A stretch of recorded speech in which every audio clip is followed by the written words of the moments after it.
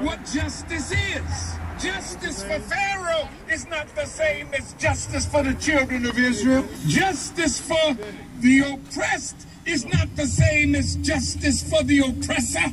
Mercy is for the oppressed. So Jesus said, God is not mocked. Whatsoever a man soweth, the same shall he also reap. Oh my God, that's a horror story for somebody. Say, behold, before the great and dreadful day of the Lord, I'm going to send you Elijah the prophet.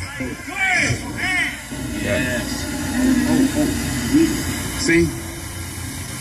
What is he going to do? He's going to turn the hearts of the children, you, back to your father. And your father's heart back to you. Let's... Father heart back. Heavy. Don't you know? Nothing but nuggets all morning. All morning. That's one of those. This is one of these messages you're going to have to kind of go back over and kind of listen to it again. Right. Because the minister has now, and if you notice, the Honorable Elijah Muhammad has done this before, that he will go and drop little nuggets on various things that are sometimes. It's just one of those things. But those nuggets that JJ is dropping this morning, that's the nuggets right there. Of course. You know what? Yeah, go ahead, What Coach. comes to my mind is that the minister is trying to be inclusive. I mean, he's talking about Jesus. Yeah. Oh yeah. He's talking about the Bible. Oh yeah. But again, he's reaching out. But I gotta ask the question: how many folks are reaching back in return that are Baptist ministers? I mean, I'm gonna stay on this morning. This was fantastic. All right. This was good, great. Coach. That's what I'm talking about. But unity is something that we got to work on. Unity. We got to work on putting differences aside, individual, and that's when valuable experience of participating in sport come to play. Because when you're on a team, teammates, everybody don't like each other, everybody don't love each other. But come game time, you put all of that aside for the betterment of the team. That's it, Coach. Let's see the idea for the minister that I started off with this morning when he said that we who are getting older, what good are we if we don't prepare young people to carry that torch of liberation for the next step? What good are we if we think we can last forever and not prepare others to walk in our footsteps? And if you remember, those who were there, he talked about on passing the torch, he specifically mentioned Black Lives Matter, the group that arose in response to the police-involved deaths of black men. And he said, as the future leadership, he said that these are not just young people who happen to wake up one morning. Ferguson united it all.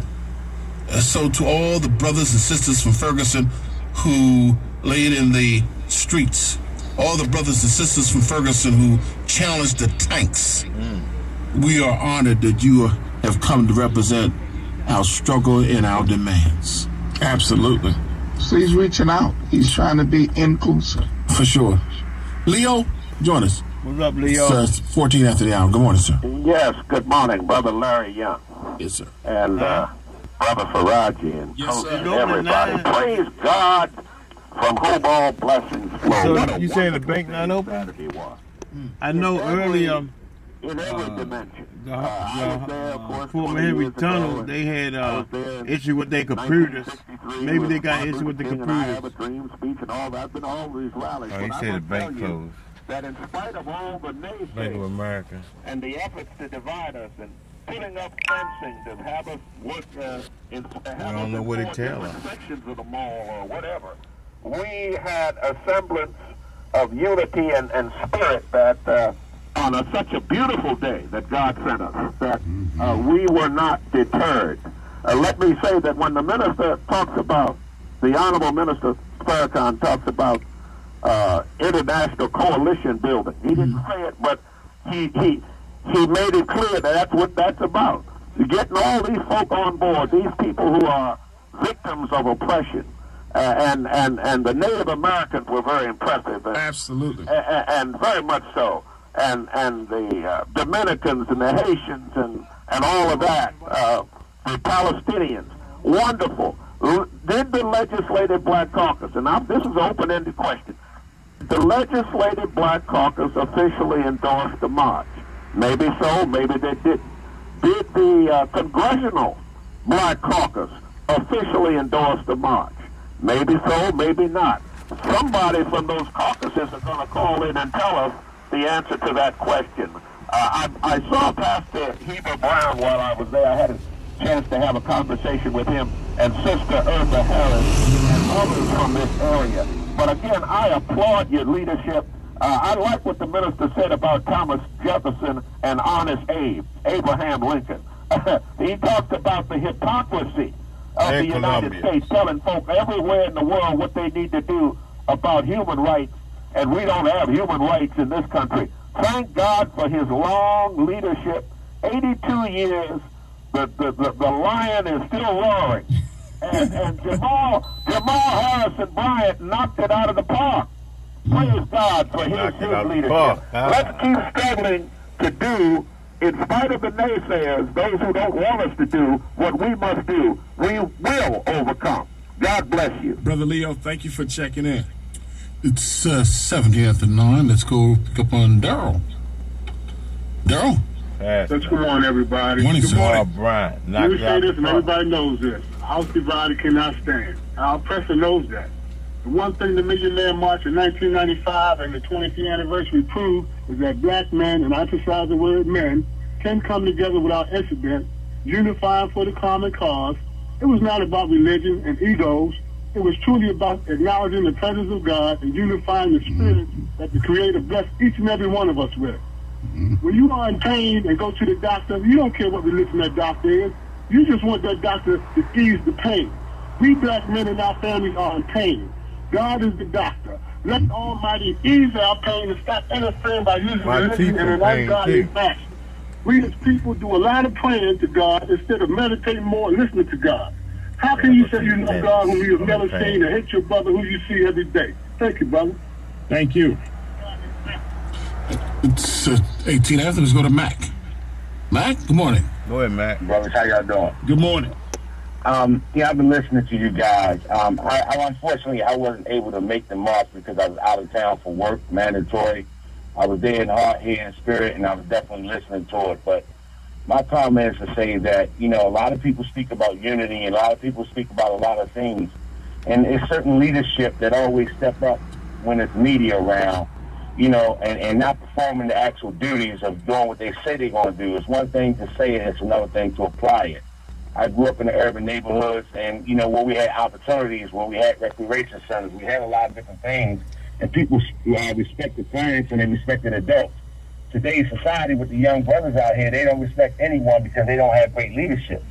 So, you know, we can talk all day long, but what's the actual solution to it? Because, you know, faith without work is big overall.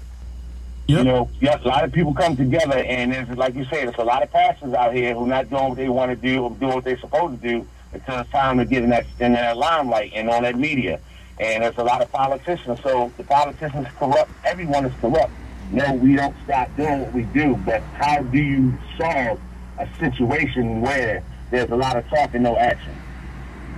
You know what, brother, and you know what, and what you're saying is absolutely essential. And I think from one of the nuggets that we played earlier, the minister talked about that. I mean, and part of leadership, and this comes out of the national agenda that came out about 10 years ago from the Million Family March, as we was honoring 10 years. It said that leadership is naturally the difference between activity which goes in circles and leads nowhere, and activity that is expected, focused, and productive. And it says that our challenge is to develop community-focused leaders with vision, purpose, and commitment to principles of peace and justice for all people. Self-focused leadership is divisive and dangerous. So we got to be very careful about those who we place in leadership, especially when we select leaders. And it comes from this national agenda. It says select leadership based upon our needs rather than selecting leaders from among those who push themselves forward for positions. So that